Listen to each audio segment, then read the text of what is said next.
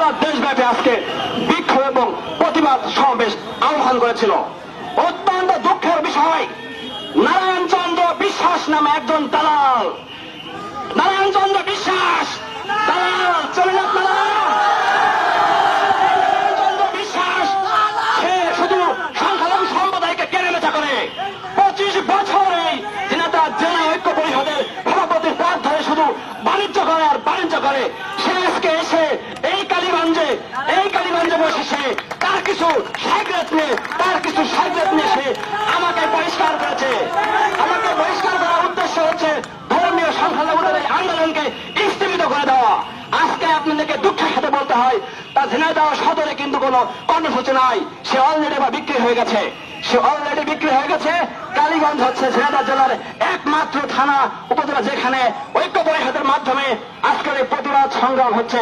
সেই প্রতিবাদ সংগ্রাম নস্যাৎ করার জন্য সম্পূর্ণভাবে অগঠনতান্ত্রিক ন্যায্যভাবে একজন অবৈধ নেতা হিসেবে এই কমিটির সেক্রেটারি হিসেবে আমার বহিষ্কার করে গেছে। আমি কেন্দ্রীয় কমিটির সর্বোচ্চ নেতা অ্যাডভোকেট রানাল গুপ্তকে ফোন করেছি। আমি বলেছি এটার জবাব আপনার দিতে হবে, কেন আপনার নেতা এটা করলো। বললো ওনার বিরুদ্ধে আমরা শোকজ করছি, উনি যেটা করছে কাউকে ইচ্ছা করলে মুখের মতো কথাই বহিষ্কার করা যায় না। আর আপনি সংখ্যালঘুদের সাথে সংগঠনের নেতৃত্ব দিয়ে এত বড় প্রোগ্রাম করছেন, আপনাকে বহিষ্কার করে। ওনাকে আমরা অনতিবিলম্বে শোকজের মাধ্যমে তাকে আমরা যথাযথ সাংগঠনিক ব্যবস্থা গ্রহণ করবো। আপনারা কি চান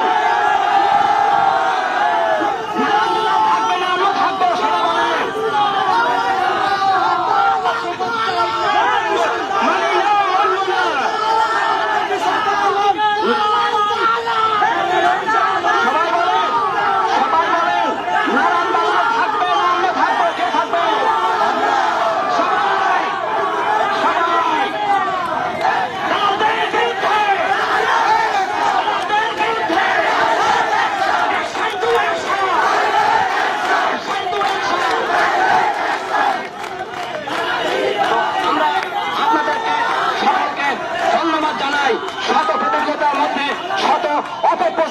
আপনারা ছুরি মেরে উড়িয়ে দিয়ে আপনারা আজকের এই প্রতিবাদ সমাবেশে যোগদান করেছেন এবং সারা দেশব্যাপী ধর্মীয় সংখ্যালঘুদের উপর অন্যায় অত্যাচার নিপীড়ন হচ্ছে তার বিরুদ্ধে আপনারা রাজপথে সোচ্চার হয়েছেন।